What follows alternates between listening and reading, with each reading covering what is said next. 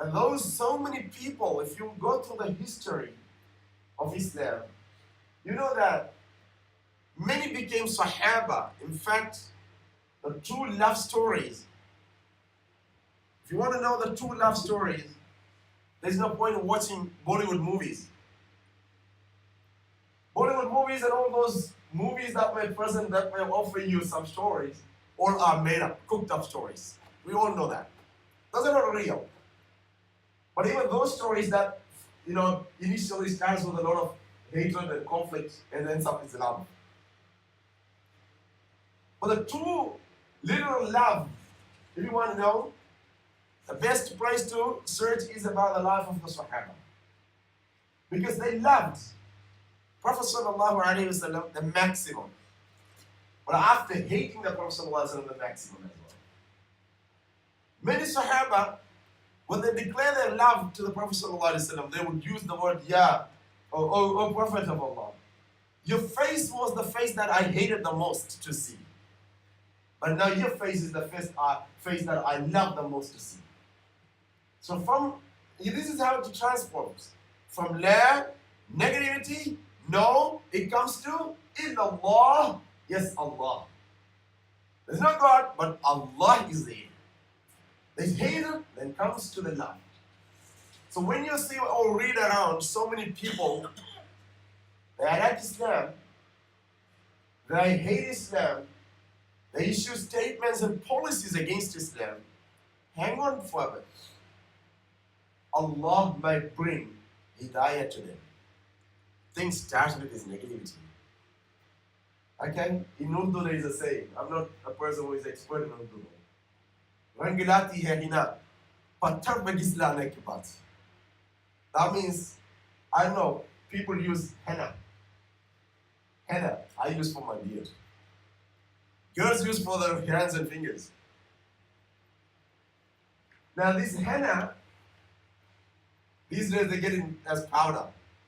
But when we were kids, we used to see this henna that leaves, proper henna leaves. This henna, in order to get that red color, what do you have to do?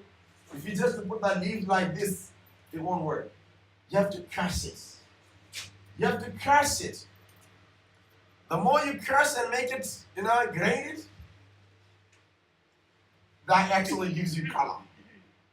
Subhanallah. Many people, it happens to them like henna. They hate Islam. They want to ban Islam. They want to control Islam. They want to do this to Islam. But then, subhanallah, they end up loving this Islam. The same thing is was a story that Uncle is waiting for me to share. Last week was a bit angry and disappointed with me. I wasn't going to not share that story. No, inshallah, I'll share. That was about who? The Sahabi Umayr bin Wahab, radiyallahu anhu. The similar story. Umayr, the story of Umayr and the story of Umar. Umar and Umayr, two different persons. But they have something similar. What is that? Umar hated the Prophet sallallahu alaihi wasallam. You know that. Umar, he wanted to go and assassinate, kill the Prophet sallallahu alaihi wasallam, finish him.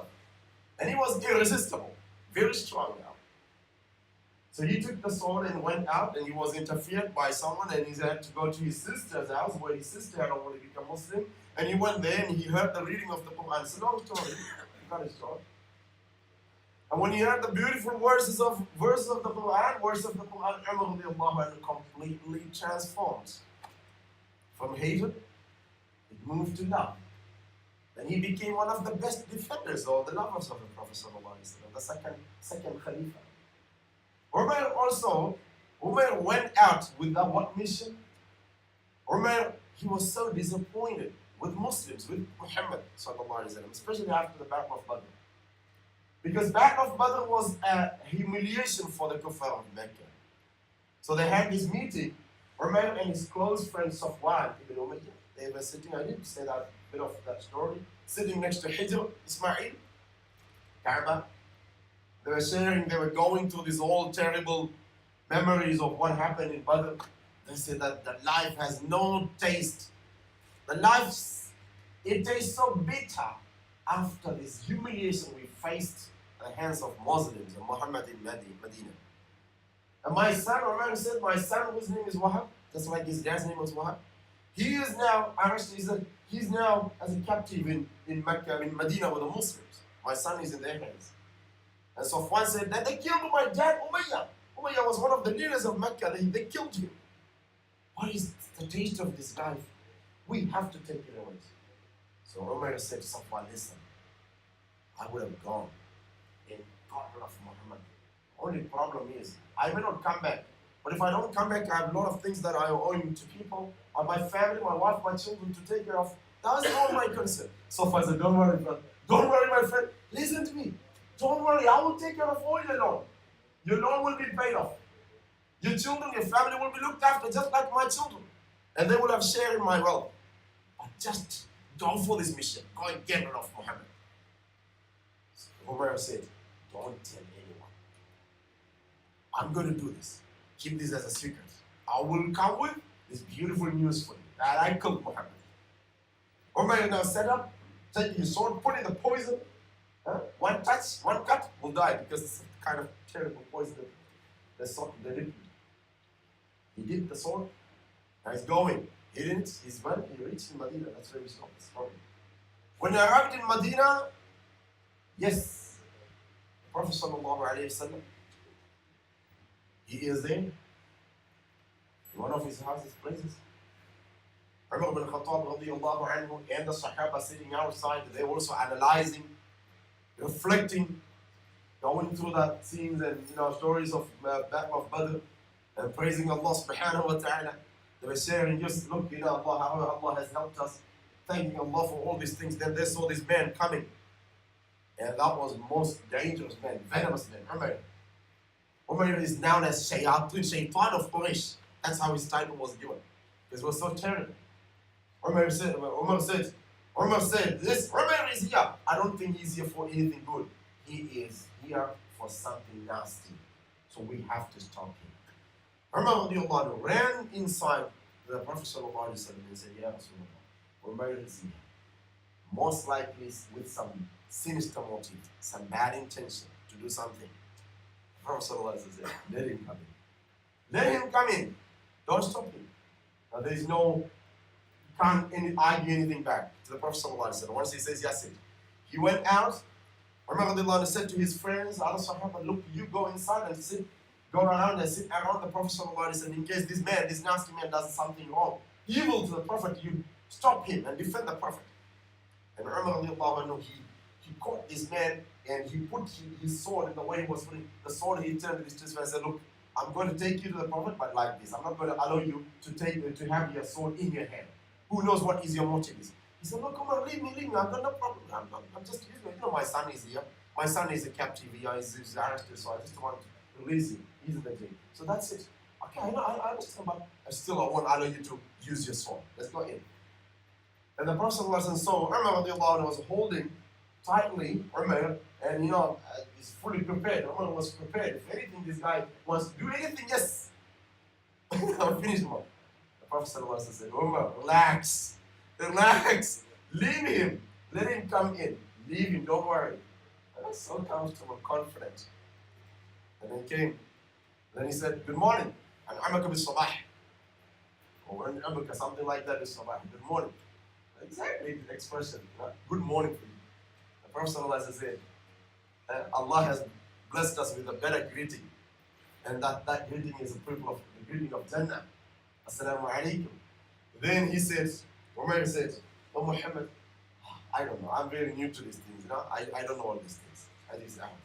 Then the Prophet asked him, okay, well, why are you here? Why did you come, Umar? Umar said, Muhammad, I came here to talk to you in regards to my son that you are arrested, he's in your custody. Why didn't you please release him?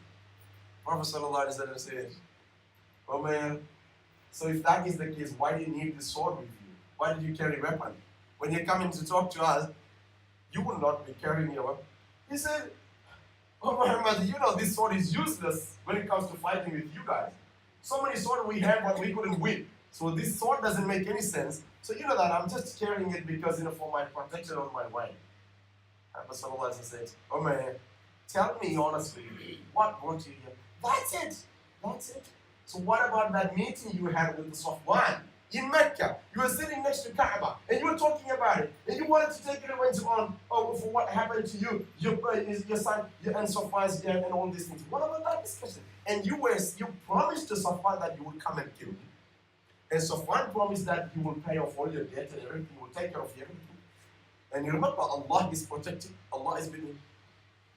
He just shouted saying, Ashhadu an la ilaha illallah wa ashhadu anna Muhammadan Rasulullah. This is so secret that no one knows. No one other than me and Safwan, no one else knows this. How did you know, Ya Rasul? Muhammad sallallahu alayhi wa sallam. The Prophet sallallahu alayhi wa sallam said, Allah subhanahu wa ta'ala. So what they were discussing up there in the Kaaba, it was all the information fully passed to the Prophet sallallahu alayhi wa sallam by Allah subhanahu wa ta'ala. And that was a very, what I can say, a big inspiration. Enough evidence for Umayr to say Shahada, and declare that Shahada. La ilaha illallah Muhammad Rasulullah. From negativity. And then Umar radiallahu anhu said about Umayr.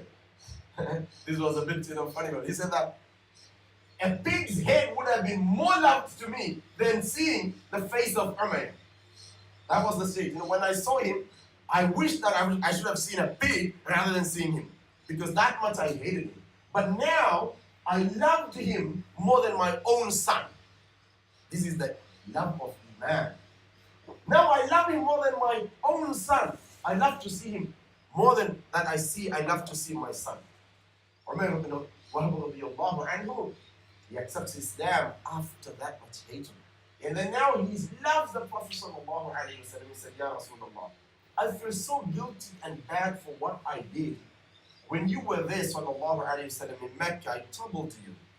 Now, I said in many, many places, talking and fighting against you, talking against you, I want to pay back. I want to go back to Mecca, to Kaaba, and I want to, whenever I used to speak, to talk against you, I want to talk for you now, to the kuffar. And I don't care what will happen to you. If they want to give me, that's fine.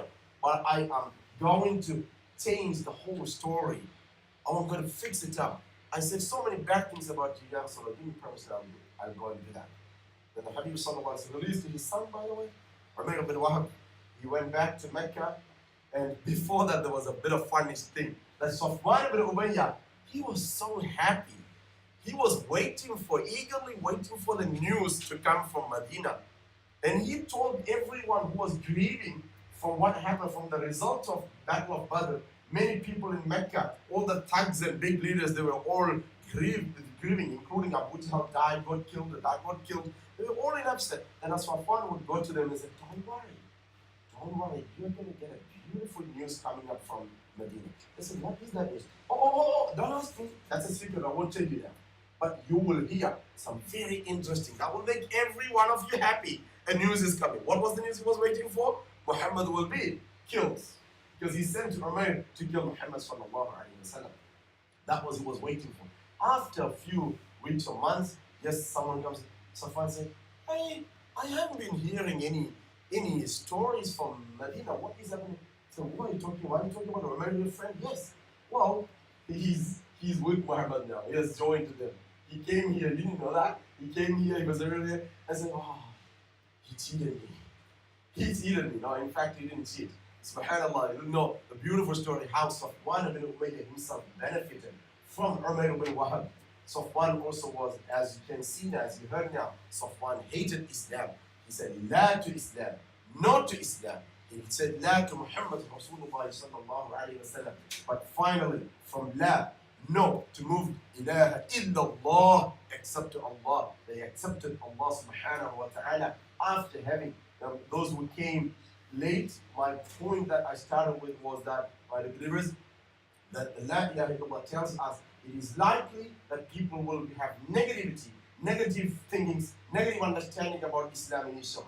About the Prophet, about the Quran, about Islam. That's all are likely. But inshallah, as they educate more, as they understand Islam more, from La, they will move to La ilaha illallah, Muhammad Rasulullah. They will build up into positivity about Islam. And may Allah subhanahu wa ta'ala give hidayah for all of us and all around the world. Alhamdulillah, Rabbil Alamin. Assalamu alaikum wa rahmatullah.